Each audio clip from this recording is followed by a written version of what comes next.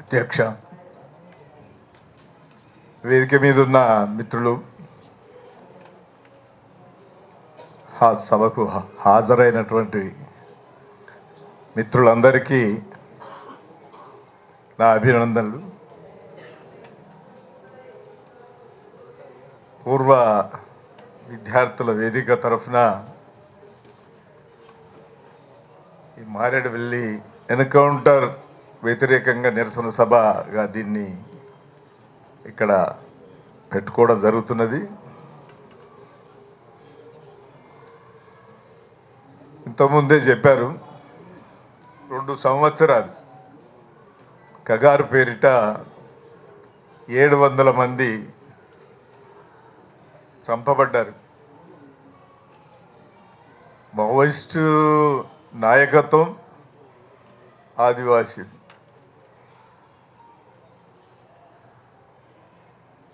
దీనికి ఒక target March 2026 target అనేటువంటిది కేంద్ర ప్రభుత్వం అమిత్ షా పెట్టి ఏరివేత అనేటువంటి కార్యక్రమం అనేటువంటిది ఓపెన్గా ప్రకటించి చేస్తున్నటువంటి దుర్మార్గం. సభ్య సమాజం ఖండించాల్సినటువంటి అంశం. ఒక టార్గెట్ పెట్టి ఓపెన్గా ఈ దేశంలో ఉన్నటువంటి పౌరులను వాళ్ళ సమస్యల మీద వాళ్ళు పోరాడుతుంటే, ఉద్యమాలు చేస్తున్నటువంటి వాళ్ళ మీద చంపేస్తాం, లొంగండి లేదంటే చంపేస్తాం అనేటువంటి ఈ రాజకీయ చర్చ అనేటువంటిదే ఇది ఒక నాగరికత సంబంధించినటువంటిది, అనాగరికతన ఒక ఆధునిక ఆటవికత అనేటువంటిదే ఇక్కడ కనిపిస్తున్నది. మనం చూస్తున్నాం, ఇజ్రాయెల్ వాడు గాజా మీద దాడులు చేస్తూ వేలాది మందిని చంపినటువంటిది ఒక సభ్య సమాజం అంగీకరించలేనటువంటి విషయం. ఇక్కడ కూడా దాని పోలినటువంటి వ్యవహారమే ఇక్కడ ఇది సాగుతున్నది. అందుకే ఇది ఖండించడం అనేటువంటి సబ్జెక్ట్ కాదు. ఇలాంటి దుర్మార్గాన్ని ఎట్లా అడ్డుకోవాలా, మనం ఒక మీటింగ్ పెట్టి ఒక సభ పెట్టి మనం ఇది సరి అయింది కాదు అని ఖండించినంత మాత్రాన ఇది ఆగేటువంటి దిశలో లేదు. దీన్ని అడ్డుకోవడం అనేటువంటిదే దీనికి రాజకీయంగా పరిష్కారం అనేటువంటిదే ఉన్నటువంటి సమస్య. ఎందుకంటే 2 సంవత్సరాల సంది చర్చ జరుగుతున్నది. 1 సంవత్సరం సంది మనం ఆలోచిస్తున్నాం. శాంతి చర్చల కమిటీ ఏర్పడ్డది, వాళ్ళు విజ్ఞప్తి చేశారు, మావోయిస్టులు చర్చలకు సిద్ధమయ్యారు, సీజ్ ఫైర్ ప్రకటించమని కోరితే ప్రభుత్వం ఏకపక్షంగా ఉంది. మరి అనేక సెక్షన్స్తో నార్త్ ఈస్టు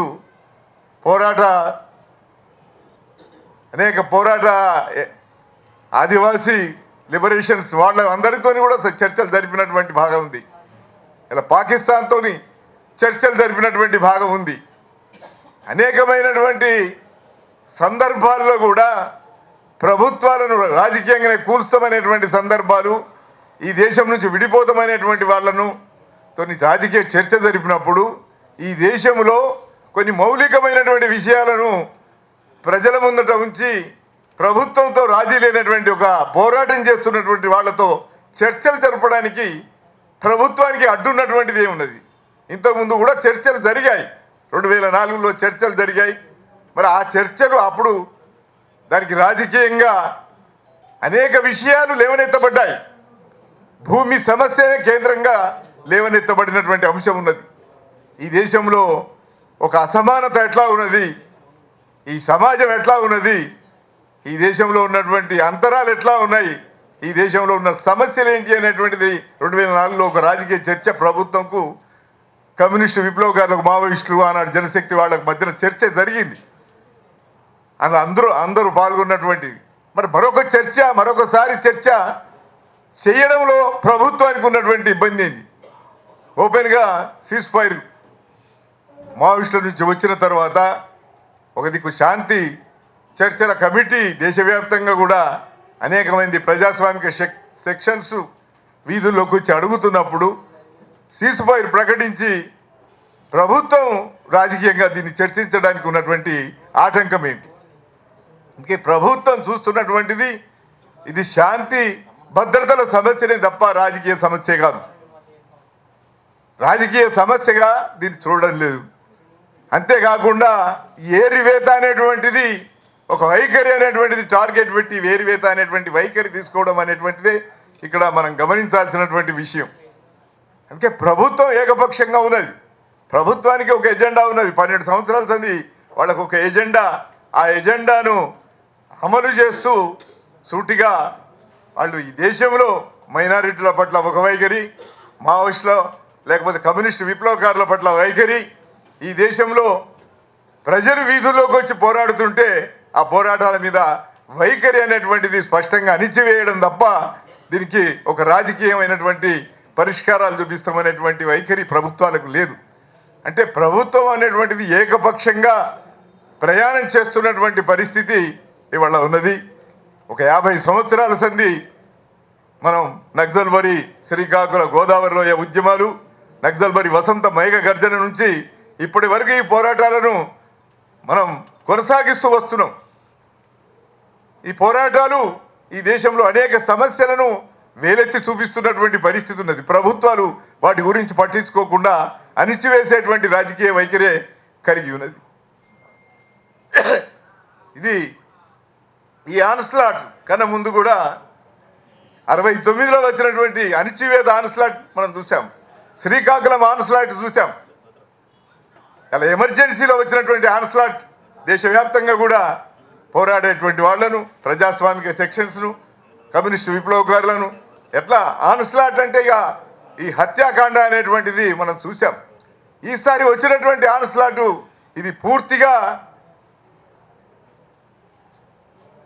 చుట్టివేత ఎన్సర్కిల్డ్గా వచ్చినటువంటి పరిస్థితి ఉంది. వచ్చిన ప్రభుత్వాలు ఈ కొత్తగా బీజేపీ ప్రభుత్వమే కాదు, ఇంతకుముందు ఉన్నటువంటి ప్రభుత్వాలకు కూడా ఈ రాజకీయమైనటువంటి వైఖరి అనేటువంటిది అణిచివేత అనేటువంటి వైఖరే కలిగి ఉన్నటువంటి పరిస్థితి ఉంది.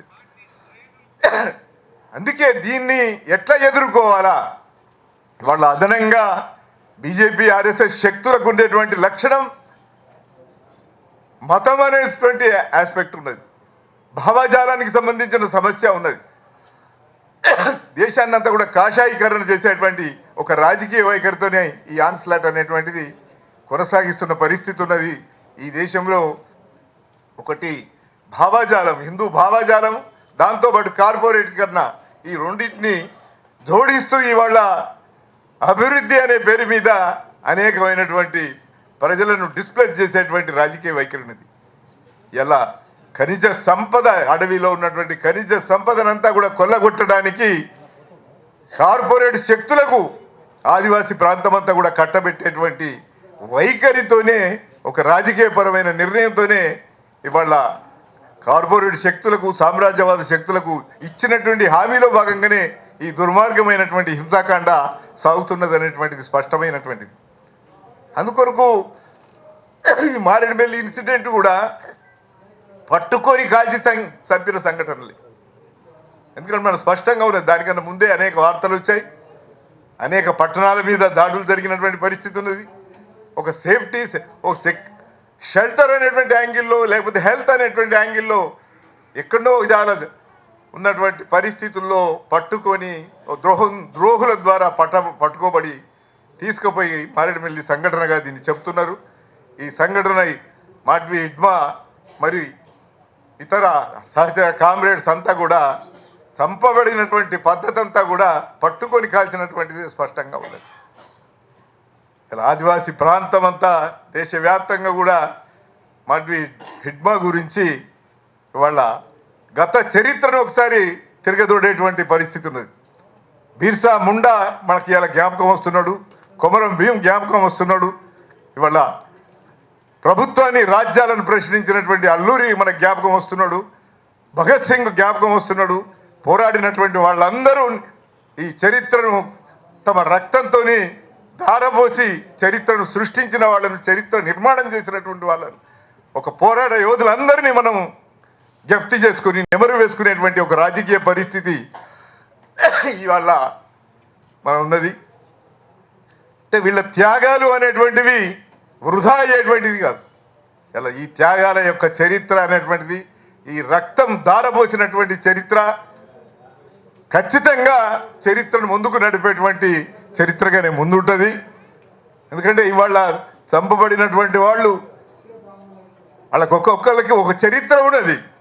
40-50 సంవత్సరాల చరిత్ర ఉంది. 30-40 సంవత్సరాలు అడవిలో ఉండి ఆదివాసీలను ఆర్గనైజ్ చేసి అక్కడ ప్రజల జీవితాలను మార్చి జీవన ప్రమాణాలు పెంచేటువంటి దిక్కు, చైతన్యం దిక్కు, ఒక కొత్త ప్రపంచం దిక్కు, ఒక విముక్తి అనేటువంటి ఆలోచన దిక్కు తీసుకెళ్ళినటువంటి పోరాట యోధులు.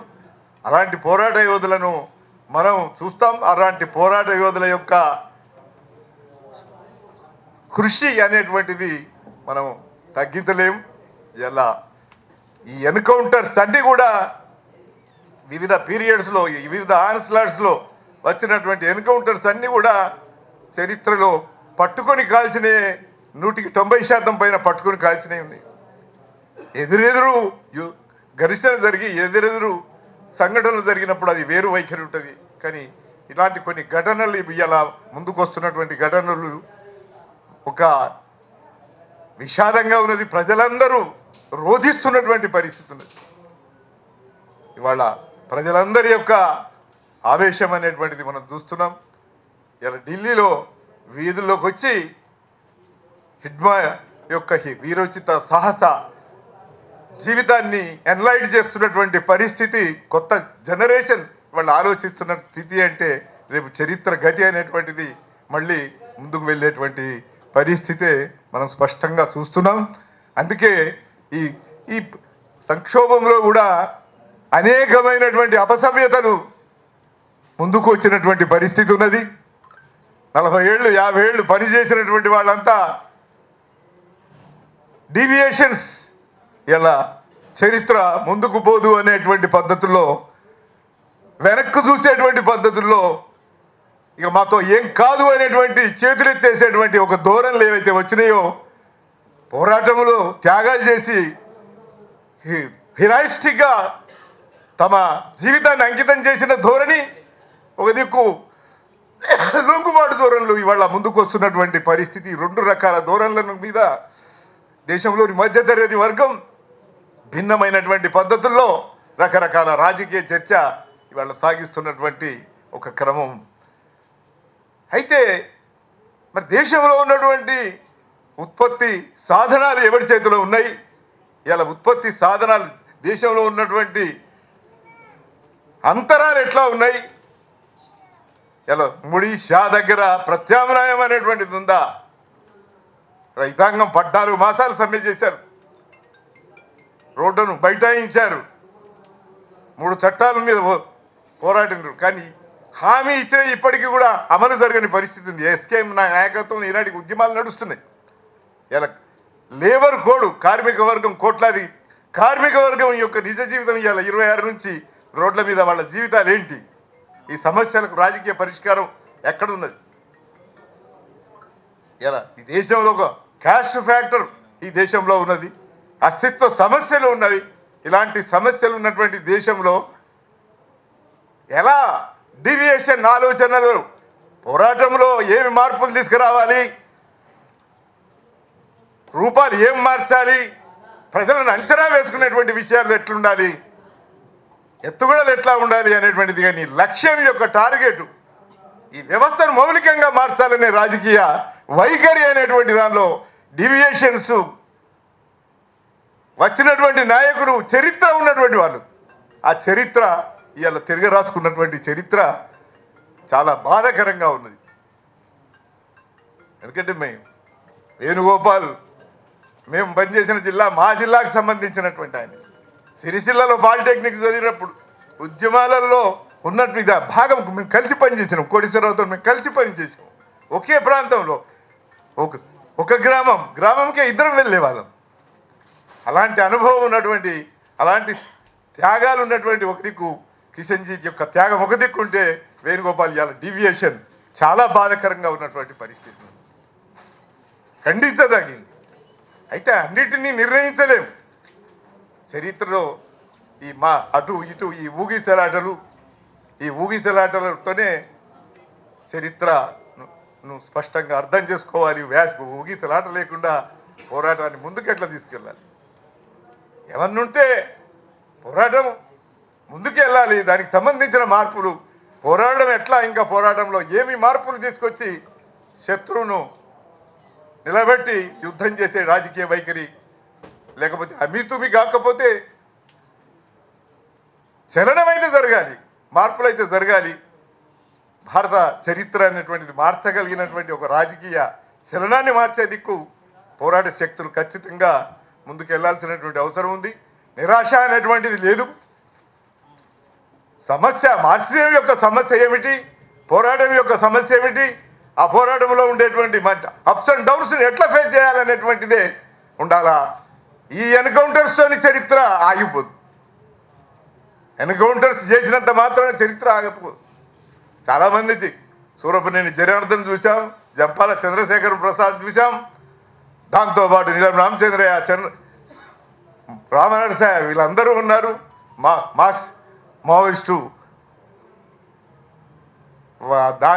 సెక్షన్ సంబంధించినటువంటి వాళ్ళు అనేకము అమరులైనటువంటి వాళ్ళు ఉన్నారు. అందుకొరకు త్యాగాలు అనేటువంటివి ఇంకా ఇంకా మనం చేయాల్సే ఉంటుంది. చరిత్ర ముందుకు నడవాల్సి ఉంటుంది. నిరాశావాదంతో మనం ఆలోచించాల్సిన సబ్జెక్టే లేదు.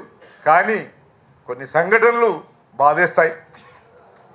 అయినా మనం తిరిగి పునరాలోచించి చరిత్రను ముందుకు ఎట్లా తీసుకెళ్లాలా, పోరాటాలలో మలుపులు ఎట్లా తీసుకెళ్లాలా. ఇలా ప్రజలందరినీ ఒక దిక్కు వెళ్తున్నారు. ఆ ప్రజల్లో వచ్చినటువంటి ఒక నయావలస ధోరణులు కానీ, ఆ ప్రజల్లో వస్తున్నటువంటి పాలక వర్గాల పట్ల భ్రమలు కానీ, ఈ ఎకనమిజం కానీ, ఈ దేశంలో ఉన్నటువంటి పార్లమెంటరీ ప్రజాస్వామ్యం మీద ఏదైనా భ్రమలు ఉంటే వాటిని ఎట్లా తొలగించాలనేటువంటి రాజకీయ ఎత్తుగడల్లో మరింతగా గతంలో పట్టించుకోని విషయాలన్నింటినీ కూడా ఇలా పట్టించుకొని దాన్ని సరిచేసి పోరాటాల్లో ఒక సరైనటువంటి దిశతో వెళ్ళాలి. ఇలా కమ్యూనిస్టు విప్లవకారులంతా ఒక్క తాటి మీద లేరు. ఒక్క తాటి మీదకి రావాల్సినటువంటి సందర్భం కూడా ఉన్నది. ఆ కమ్యూనిస్టు విప్లవకారుల మధ్యన కూడా కాన్సెన్సస్ చర్చ, యూనిటీ కాకపోతే కనీసం దగ్గర వైషమ్యం లేకుండా, గీత లేకుండా, ఘర్షణ లేకుండా మరింతగా కలిసి ఈ స్థితిని మార్చాలా. మన ఆలోచనను, మన సిద్ధాంతాన్ని మరింతగా ఎట్లా అడ్వాన్స్ చేద్దాం, దీన్ని రాజకీయంగా ఎట్లా ముందు తీసుకుపోదాం అనేటువంటిదే. నక్సల్బరి దెబ్బతిన్నది, దాని నుంచి లేస్తుంది.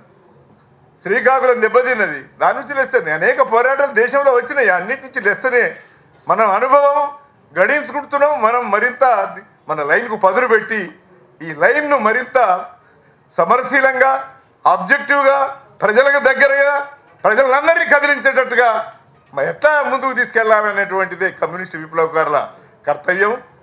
హిడ్మా కానీ, నంబాల కేశవరావు కానీ, మరణించినటువంటి అమరులు, కగార్ బయట కానీ మరణించినటువంటి అమరవీరులందరినీ కూడా మనం మననం చేసుకుంటాం, జ్ఞప్తి చేసుకోవడం అనేటువంటిది మరింత పోరాటాల దిక్కు, మరింత త్యాగాల దిక్కు, మరింత మన లైన్ను పదును పెట్టి మన ప్రజలందరినీ కూడా కూడగట్టడానికి, మరింత మనం ఐక్యం కావడానికి. మనం ఐక్యమైతే ప్రజలకు విశ్వాసం వస్తుంది. ప్రజలకు విశ్వాసం వస్తే పోరాటాల్లో సరికొత్త పోరాటాలు రంగం మీదకి వస్తాయి. ఆ పోరాటాల నుంచే భావం భౌతిక శక్తిగా మారుతుంది. ఆ భావం భౌతిక శక్తే ఒక రాజకీయ చరిత్రను మారుస్తుంది.